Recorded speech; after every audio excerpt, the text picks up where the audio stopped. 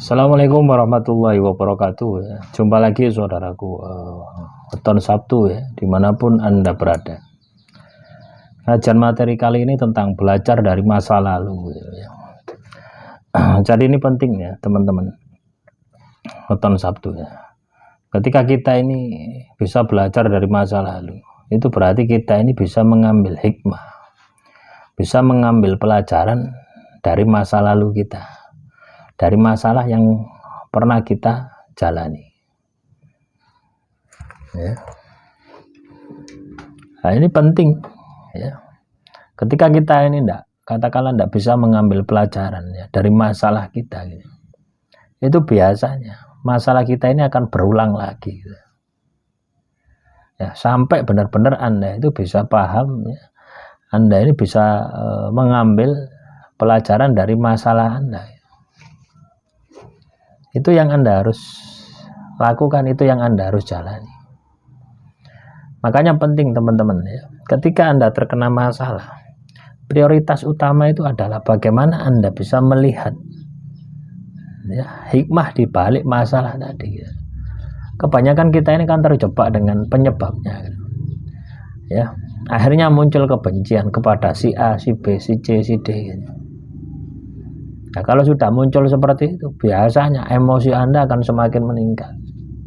Dan keterusan, masalah itu tidak akan selesai-selesai. Nah, tentunya ini kan merugikan diri kita gitu ya. Sangat disayangkan ya. Seharusnya kita itu bisa cepat menyelesaikan masalah, bisa cepat mendapatkan ilmu, bisa cepat mendapatkan pemahaman dari masalah yang kita hadapi, tapi kita malah terjebak dengan emosi diri kita. Nah, kelihatannya yang kita benci adalah orang lain yang menjadi penyebab. Padahal itu sebenarnya ya kembali kepada diri kita. Nah, ini kan ya, otomatis merugikan diri kita. Nah, semoga ini bisa menjadi pemahaman ya. Semoga ini bisa menjadi istilahnya itu bahan koreksi bagi teman-teman weton Sabtu. Ketika Anda dihadapkan pada sebuah masalah, pertama yang Anda harus lakukan adalah tenangkan diri Anda. Jangan kambing hitamkan orang yang menyakiti Anda. Ya, cari ya, di balik masalah tadi ada petunjuk apa yang Tuhan berikan lewat masalah tadi. Nah, untuk bisa tahu itu, ya Anda harus hening, ya, Anda harus tenang. Kalau Anda emosi, tidak ketemu jalurnya, nggak tahu ketemu frekuensinya. Tapi kalau Anda hening, tenang, akan ketemu, akan muncul, akan ketemu. Makanya teman-teman weton Sabtu, prioritas ya pengendalian diri, prioritas pengendalian emosi. Orang yang katakanlah tenang ya dalam situasi amarah, dalam situasi emosi, itu adalah orang yang luar biasa. Dan semua itu tidak serta-merta didapatkan dengan ya duduk diam gitu ya, tidak ya. Tetap kita harus melatihnya gitu.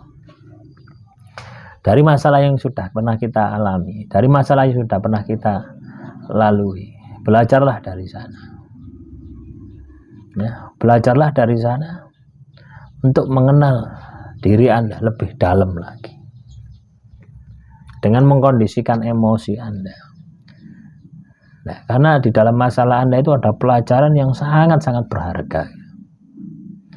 Masalah Anda itu juga akan merubah pola hidup Anda. Masalah Anda ini akan merubah kebiasaan Anda.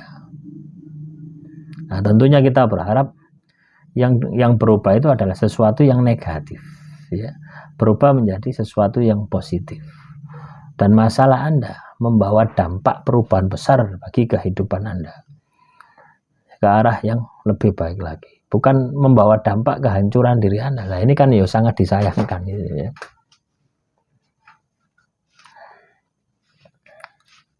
Silakan ya teman-teman weton Sabtu ya, mumpung kalau misalkan teman-teman weton Sabtu saat ini kondisi ada masalah ya, dalam masalah, tenangkan diri, tenangkan batin setenang-tenangnya ya. Nah ini juga harus laku ya.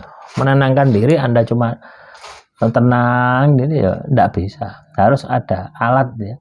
Alat untuk membuat diri Anda tenang. Misalkan dengan wirid, misalkan dengan zikir, misalkan dengan baca kitab suci, misalkan dengan meditasi. Silakan dicoba semua. Cara satu gagal, pakai cara dua. Wirid gagal, pakai puasa, puasa gagal, pakai ibadah. Kalau muslim sholat gagal. Ya, sedekah gagal. Pokoknya terus bergerak. Ya, jangan pernah berhenti ketika Anda belum menundukkan emosi Anda, belum menundukkan ya, nafsu Anda. Nah, ketika itu Anda lakukan, maka saya akan terjadi perubahan besar dalam hidup Anda. Dan tentunya perubahan ini menjadi perubahan yang positif. Demikian yang bisa saya sampaikan. Semoga bermanfaat. Wassalamualaikum warahmatullahi wabarakatuh.